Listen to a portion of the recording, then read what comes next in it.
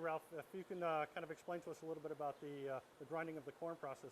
Yes, when we're making bourbon, we're using at least 51% corn. For our baby bourbon, it's 100% corn. And we start with the corn in this form right here. It's actually the grain. So it's a dry grain kernel. Dry kernel, that's correct. And it goes into this grinder behind us, this mill. It's an electric mill, grinds with 2 steel plates, and it puts the ground product, which is very much like a rough flour, into this hopper here, which is then augured up into the tank in the corner, which is heated by steam. And we fill it about 400 gallons of water for about 700 pounds of grain overall. If we're making baby bourbon, it's all corn. If we're making our 4-grain bourbon, then it's corn, wheat, rye, and malted barley. And they're all ground together in there and then cooked together. And we do the starch conversion down here. And then it's cooled in this other tank in the back. And then the next day, it's pumped into food-grade plastic tanks. It's a short fermentation period. And then from there, after it's finished fermenting, it gets pumped through a line in the wall here, upstairs, into still number 2, which is our stripping still. Okay, maybe we can take a walk up there and see how that the distillation works. Let's do it. I think they're both running right now. All right, let's go.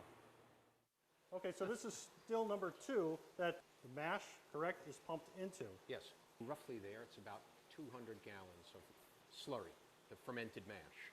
And we introduce steam in the jacket, heat it up. Once it comes to a boil, it starts vaporizing all of the alcohol off just before it reaches boiling point.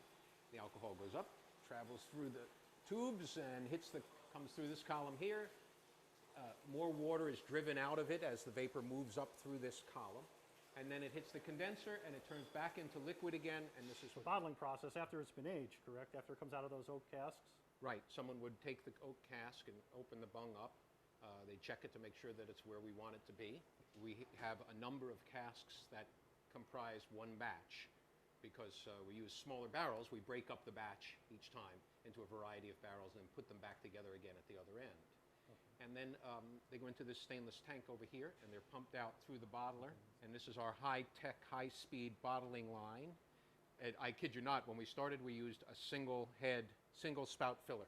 Okay. And you filled every bottle, one bottle at a time. And to fill it, really, that's all that's necessary with this machine. So while I would be doing that, I'd be putting more on and taking more off. And by that time, that's full. And use this mallet, and we drive the caps home. Okay. And once they're tight,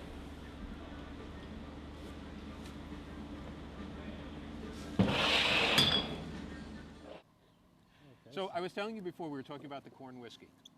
This is the corn whiskey. This isn't being sold in New York yet. It's a new label. Okay. And it's sold now as Old Gristmill Authentic American Corn Whiskey. It's in a different bottle with a different label. But for the European market, they asked us to bump it up to 46% instead of 40, and they didn't want it chill filtered or anything. They wanted what comes out of the still. So that's what this is. Oh, interesting. It's not even available yet. And it's a 46%, 92 proof. Oh, wow, so yeah, it's definitely right out. And it's just corn. You know, there are a couple of products out there that are about 30% corn and the rest is all green neutral spirits or something like that. Mm-hmm. But this is 100% corn. It's grown for us. It's very smooth. And it's not, we say it's like moonshine, but it's user friendly.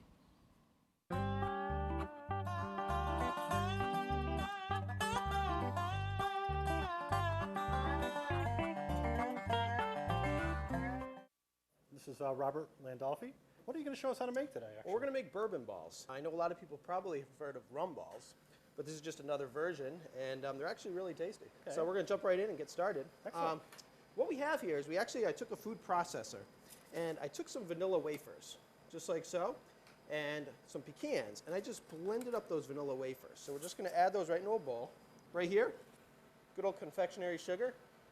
That's what it is. It's equal parts of each. Okay. And then to finish off, a little bit of unsweetened cocoa. Okay, and those are our dry ingredients right there. And then you just want to take a whisk, blend it up, or cake, before you add your liquid. And then what we're going to do is right here I have a little bit of corn syrup. We're going to take our corn syrup. I'm just going to add a little bit.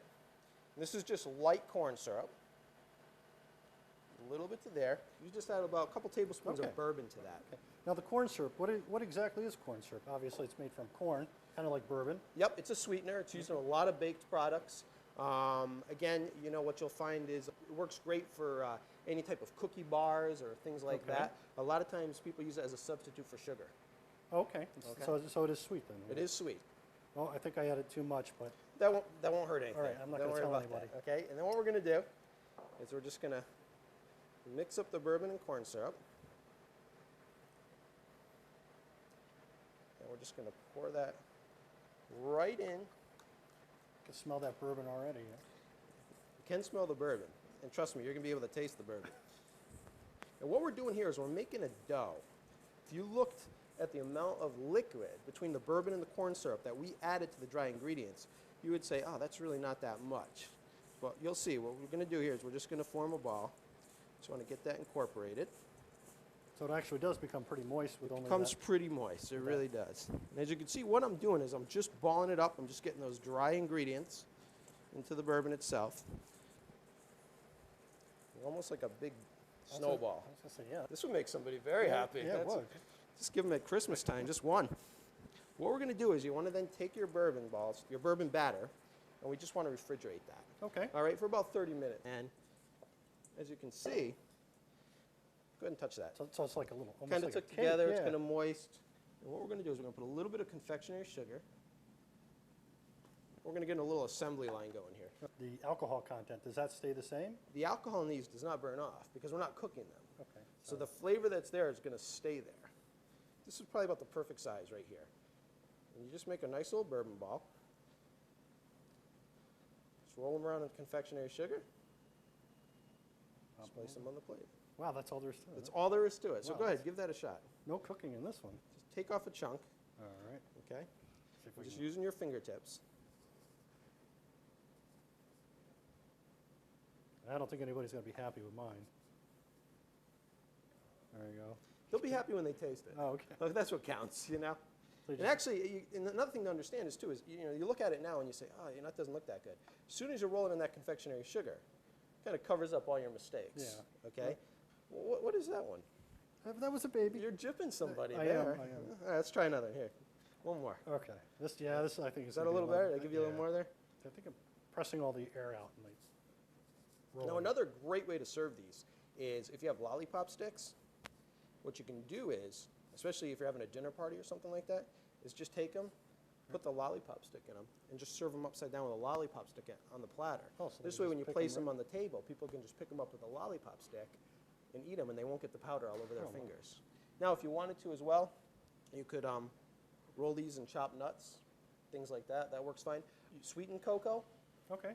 you know, if you wanted some chocolate ones, think about it almost like as if you were doing truffles. Okay, Same so- idea. You know, you're just forming yourself a nice little ball, and you're just going to roll it in whatever topping you like. You want to try one? Yes, I do. I'm going to go for this large one here.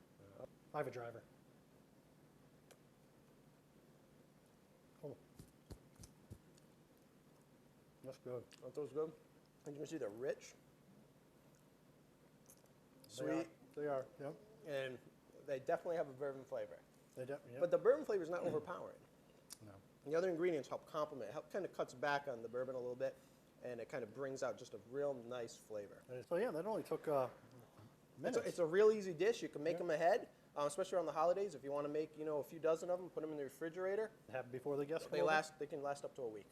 That was great. But they're Rob. not going to last a week in your refrigerator. No, I can not tell you my right now. refrigerator. They won't last. That was excellent, Rob. Well, thank you very much.